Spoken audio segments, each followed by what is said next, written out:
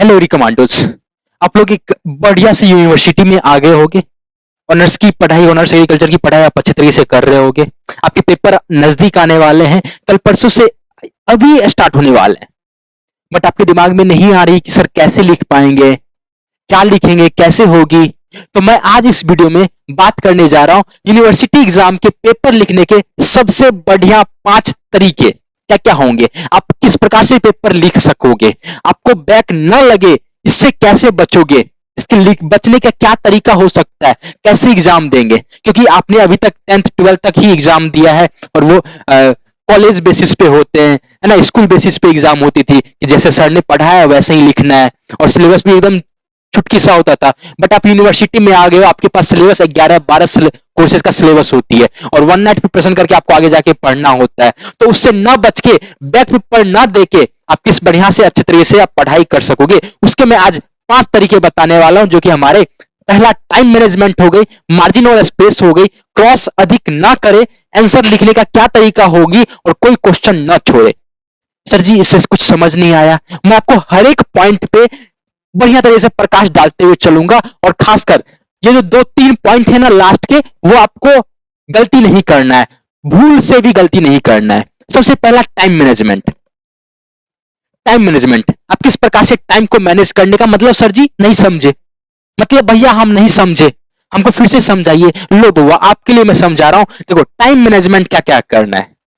Time manage का सबसे पहले, आप घड़ी पहनते होगे, लेकिन हाँ डिजिटल वाला घड़ी पहनते होगे, है ना। डिजिटल वाला घड़ी पहनते होगे तो वो नहीं पहन के जाना है। एक बढ़िया सा डायलॉग वाला जो पुराने जमाने में जो कहते ना, बिना वो सब का कैलकुलेटर वगैरह ना हो, डिजिटल वॉच नहीं हो, ठीक है, आराम से पहन के जाइए। और देखिए पहले कि आप जो बोर्ड एग्जाम देते थे क्लास 12th 11th का, वो सब एक स्पेसिफिक टाइम होता था और आपके पास कम क्वेश्चन होते थे। बट यूनिवर्सिटी एग्जाम में कम टाइम होते हैं, ठीक है, और लॉन्ग क्वेश्चन लिखने होते हैं, बड़े बड़े पन्नों में लिखने होते हैं, बहुत ज्यादा लिखने को होते हैं और आप टाइम मैनेज नहीं कर पाते हो और एग्जाम दे के निकलते हो और आप में एक पछतावा होता है कि हम काश थोड़ा पास एक और टाइम रहता है, 1 घंटा और रहता, 5 मिनट और रहता, एक क्वेश्चन अटेम्प्ट करके आ जाते। तो वो गलती को सुधारने के लिए एक बढ़िया सा घड़ी ऑर्डर कर लीजिए अभी, है ना, या घड़ी है तो बहुत अच्छी बात है, और टाइम मैनेज करना सीख जाइए। एक पेपर लीजिए, 1 घंटा बैठने का आप अभ्यास कर ले, प्रैक्टिस कर ले कि 1 घंटा हम बैठ सकते हैं। और किसी किसी को बैठने का आदत नहीं होता है, तो बैठना आप सीख जाओगे, एक पेशेंस होना आप सीख जाओगे। उसके लिए टाइम मैनेजमेंट करना काफी जरूरी होता है। इसके लिए आप ये कर लोगे तो एक क्वेश्चन आप जो पछताते थे कि एक क्वेश्चन छूट गया है, वो आपसे नहीं छूटेगा आगे के एग्जामों में, तो ये बेहतर होगा आपके लिए।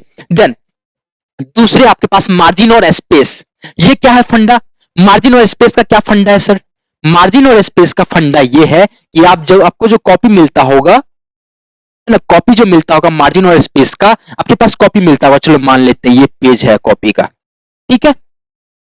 यहां पे आप एक तो लाइन खींचते होगे और आप बहुत सारे बच्चे यहां भी लाइन खींच देते हैं, ठीक है, जिससे आपके यहां पे ये कम हो जाते हैं। तो ये कौन से बच्चे लाइन खींचते हैं, जो टॉपर होते हैं, क्योंकि वो जगह छोड़ देते हैं, है ना। छोड़ने का बहुत सारे रीजन है। अगर मान लो कोई पानी वगैरह पड़ गया तो आसपास में इधर ही पड़ेगा, तो यही से गीला होगा, आपके कंटेंट नहीं छूटेंगे, है ना। अगर गलती से अगर मान लो हो गया कुछ भी अनहोनी, तो आपके कंटेंट नहीं छूटेंगे, जो आपके यहाँ पे लिखे गए हैं वो आपसे नहीं गीले हो जाएंगे, ठीक है। या सर से, या कोई भी जो जो लेके जाता है ना, जो इन्विजिलेटर रहते हैं, उनसे वो गलती अगर हो गई तो आपके ये कंटेंट नहीं छूटेंगे। और दूसरी बात कि जब भी आप थोड़ा सा मार्जिन आप इधर छोड़ देते हो और इधर आप छोड़ देते हो, तो आपके पास क्या, पेज की जो जगह की संख्या जो होती है वो थोड़ी कम हो जाती है, जिससे आप थोड़ा सा भी पॉइंट लिखोगे तो लगेगा कि हाँ पेज दूसरा भर जाएगा।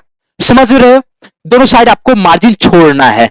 ये सबसे बड़ी टॉपर की पहचान होती है, बढ़िया नंबर लाने की पहचान होती है, कॉपी भरने की पहचान होती है, किस तरीके से आप कॉपी फिल कर सकते हो। एक क्वेश्चन में 2 2 पेज चला जाएगा, 3 3 पेज चला जाएगा। तो आप ये एक अभ्यास करके जाना है आपको, ठीक है, ये आप आजमा के देखिएगा, ठीक है। और दूसरी स्पेस की क्या बात है, जैसे मैं कोई लाइन लिखता हूं, यहां पे लाइन लिखा हूं, यहां पे लाइन लिखा हूं, तो इस दोनों के बीच का स्पेस भी प्रॉपर वे में छोड़ना चाहिए। कोई कोई बच्चे ऐसे करते हैं कि एक यहां पे लिखता है और दूसरा बीर घाट में लिखते हैं, है ना, और फिर तीसरा एकदम सटा के लिख देते हैं, तो बड़ा ऑड लगता है। ठीक है, तो एक स्पेसिफिक स्पेस में लिखना है आपको, तो ज्यादा ज्यादा प्रैक्टिस करोगे तो ये आपके स्पेस वाला जो प्रॉब्लम है आप आसानी से क्लियर कर सकोगे, जो दिखने में अच्छा होगा। और दिखने में जैसे ही अच्छा लगेगा तो आप अगर मान के चलते हैं आप एक एग्जामिनर हो, आप कॉपी चेक कर रहे हो मेरा, और मैं एकदम ए टू लाइन स्पेस बढ़िया तरीके से लिख के रखा हूं, तो आपका दिल वहीं गार्डन गार्डन हो जाएगा, एकदम खुशम खुश हो जाएगा, तो आप बढ़िया से नंबर दे दोगे, है ना। कोई ऐसा मिल जाएगा कि एगो इन्ने लिखना है एगो उन्ने लिखना है ना, तो इसमें आपका मन खिसिया आ जाएगा, जिससे नंबर आप काट सकते हो। होगा कि नहीं है, सेम वैसा ही होता है। ठीक है, तो बेहतर कोशिश कीजिएगा कि आप इस तरीके से लिखो, है ना, एक प्रॉपर मार्जिन दे के लिखो, जो कि आपके एग्जाम के पॉइंट ऑफ व्यू से काफी इंपॉर्टेंट होंगे। देन तीसरा, क्रॉस अधिक ना करें। क्रॉस अधिक ना करें, इसका क्या फंडा है? क्रॉस अधिक ना करें, इसका क्या फंडा है? क्रॉस अधिक ना करें, अधिक नहीं, अधिक ना करें मतलब क्या? क्रॉस मतलब काटना, कट्टम खुट्टी। जैसे देखो, क्योंकि हम जैसे यहां पे कोई एक सेंटेंस लिखते हैं कि, जैसे कोई सेंटेंस लिखते हैं, एग्रीकल्चर इज डिराइव्ड फ्रॉम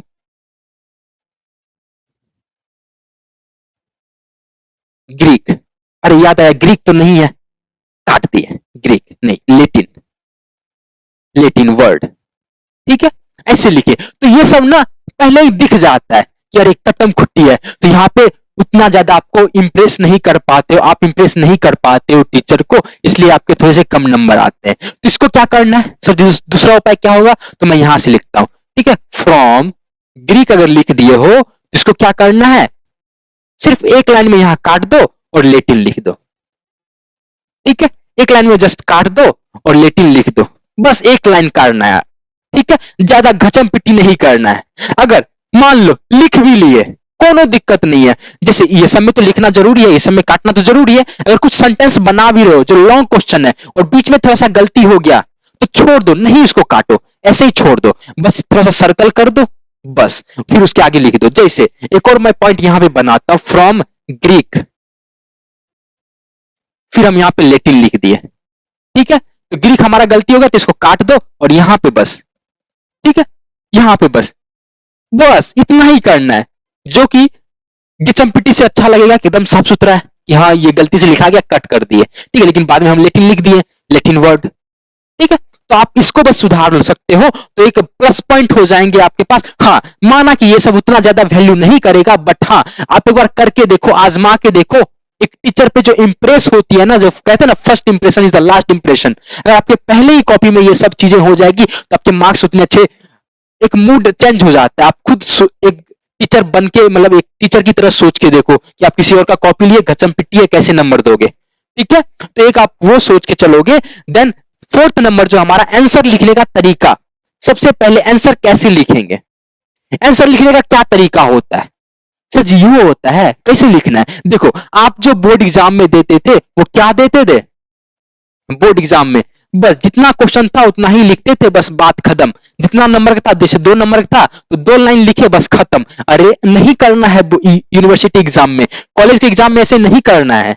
मान लेते हैं कि 2 एग्जाम में, जैसे what is agriculture, what is agriculture ये आपके क्वेश्चन आ गए, है ना, व्हाट इज एग्रीकल्चर ये क्वेश्चन आ गए और क्वेश्चन का मार्क 2 नंबर है, तो आप क्या करोगे, एक तो डिफिनेशन दोगे, एक तो आप डिफिनेशन दोगे, डिफिनेशन दोगे, दूसरा एग्जाम्पल्स लिखोगे। ठीक है, एग्जाम्पल्स, अगर आपके मन में आपके कुछ ओपिनियन है तो आप ओपिनियन लिखोगे।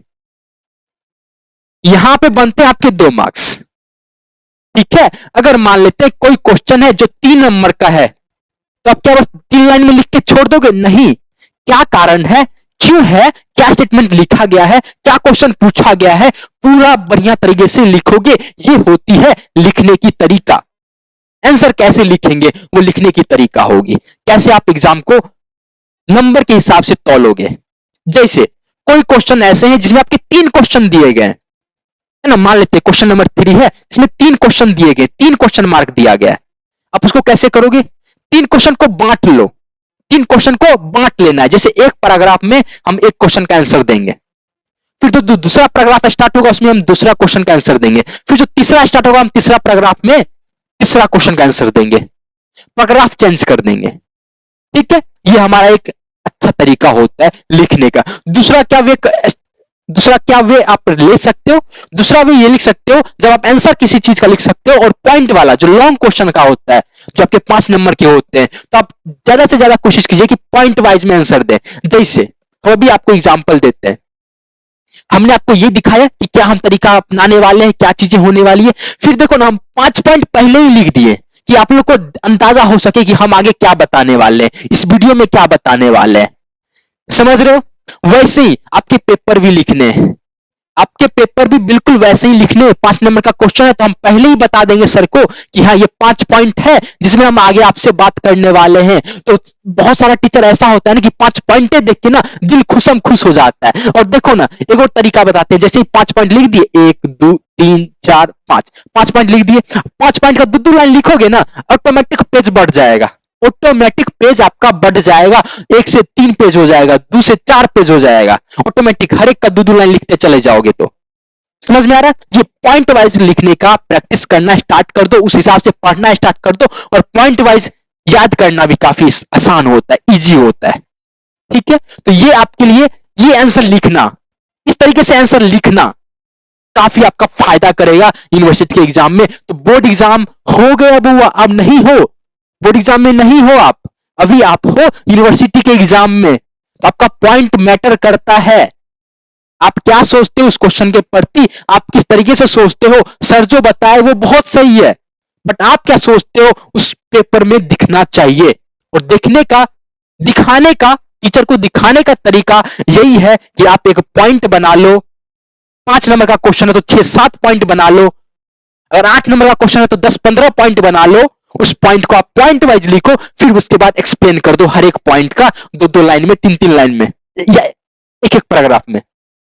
ठीक है, तो इस तरीके से आप आंसर को लिख सकते हो, जो कि मोस्ट इंपोर्टेंट, जैसा कि मैं आपको बताया था, ये हमारे होने वाले हैं। तो ये, और दूसरा मोस्ट इंपोर्टेंट हमारा 5 नंबर है, कोई क्वेश्चन नहीं छोड़ना है। बहुत सारे हमारे जो एग्रीकल्चर कॉलेज में गए हैं उनसे कि बराबर ये क्वेश्चन आ रहा था कि क्वेश्चन छूट जाता है, कैसे करेंगे, क्या करेंगे। अरे बुर्बक हो, बोर्ड एग्जाम खत्म होने के बाद आप एग्रीकल्चर की कोर्स कर रहे हो, बहुत सारे क्वेश्चन आप जान रहे हो, बट आप छोड़ के आते हो क्यों? क्योंकि सर जी समझ में नहीं आता क्या लिखना है क्या नहीं लिखना है। पढ़े नहीं थे? नहीं पढ़े थे, सच बताओ, नहीं पढ़े थे। हम बताते नहीं पढ़ने पे भी कैसे लिखना है ना। सबसे सिंपल बात, एक फॉर्मूला याद रखना कि क्वेश्चन बिल्कुल नहीं छोड़ना है, क्वेश्चन बिल्कुल भी नहीं छोड़ना है, बिल्कुल भी नहीं छोड़ना है, बिल्कुल नहीं छोड़ना है। क्यों, कैसे, कब, कहां पे, है ना। देखो क्यों बताता हूं, क्योंकि अगर आप किसी क्वेश्चन को छोड़ देते हो, तो मान लेते हैं 5 नंबर का क्वेश्चन था, आपने छोड़ दिया और घर आ गए, वापस आ गए, और 5 नंबर से आप बैक पर खा गए, बैक लग गई आपको, तो फिर क्या होगा?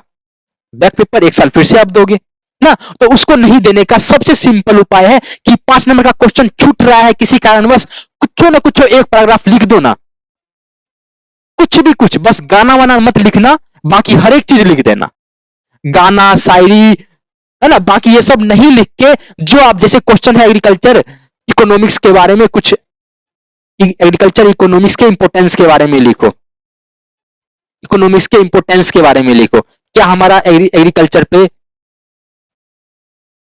कुछ प्रकाश डालिए, है ना, ये करना है। तो आप किससे लिखोगे? तो कुछ बात नहीं आ रहा है, कुछ बात नहीं है, जो आपके दिमाग में आ रहा है, एग्रीकल्चर इकोनॉमिक्स क्या होता है, क्या रोल है, बस वो लिख के आप पॉइंट वाइज छोड़ दीजिए।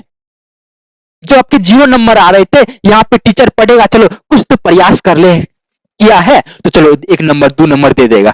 तो जो आपके 0 नंबर आ रहे थे, यहाँ पे 2 नंबर तो आ जाता। अब याद करो, पहला वाला एग्जाम्पल, हम पहला वाला कहानी बताए थे कि 5 नंबर से आप, मतलब 1 नंबर से, 5 नंबर से, 2 नंबर से आप फेल कर गए। आप इसी प्रकार से आप 2-3 क्वेश्चन को ऐसे ही कर लेते, तो आप फेल जो हुए हो, बैक जो लगा है वो आप पास हो जाते है कि नहीं है ना। तो आप इस तरीके से आप जो बैक लगने वाले होंगे, आप इसको कवर कर सकते हो। ठीक है, और दूसरी बात, मैं पहला वाला पॉइंट टाइम मैनेजमेंट से यहां पे जोड़ता हूं, और आपको इसके लिए टाइम बनाना पड़ेगा। ठीक है, जो आपके जो वैसे छात्र जिसके टाइम के वजह से एक क्वेश्चन छूटता था, दो क्वेश्चन छूटता था, तो अब आपको इस पे टाइम मैनेज करना होगा कि वैसा ना छूटे, जिसे हम हर एक क्वेश्चन को अटेम्प्ट कर सके। तो बिल्कुल भी नहीं छोड़ना है, चाहे पढ़े हो, चाहे उस क्वेश्चन को आ रहा है, नहीं आ रहा है आपसे, कोनो दिक्कत नहीं है, नहीं बन रहा है फिर भी बनाएंगे, कुछ ना कुछ लिख के आएंगे, जिससे जो 0 नंबर मिल रहे थे वो कन्वर्ट होकर हमारे 1 से 3 नंबर के आसपास में चले जाएंगे।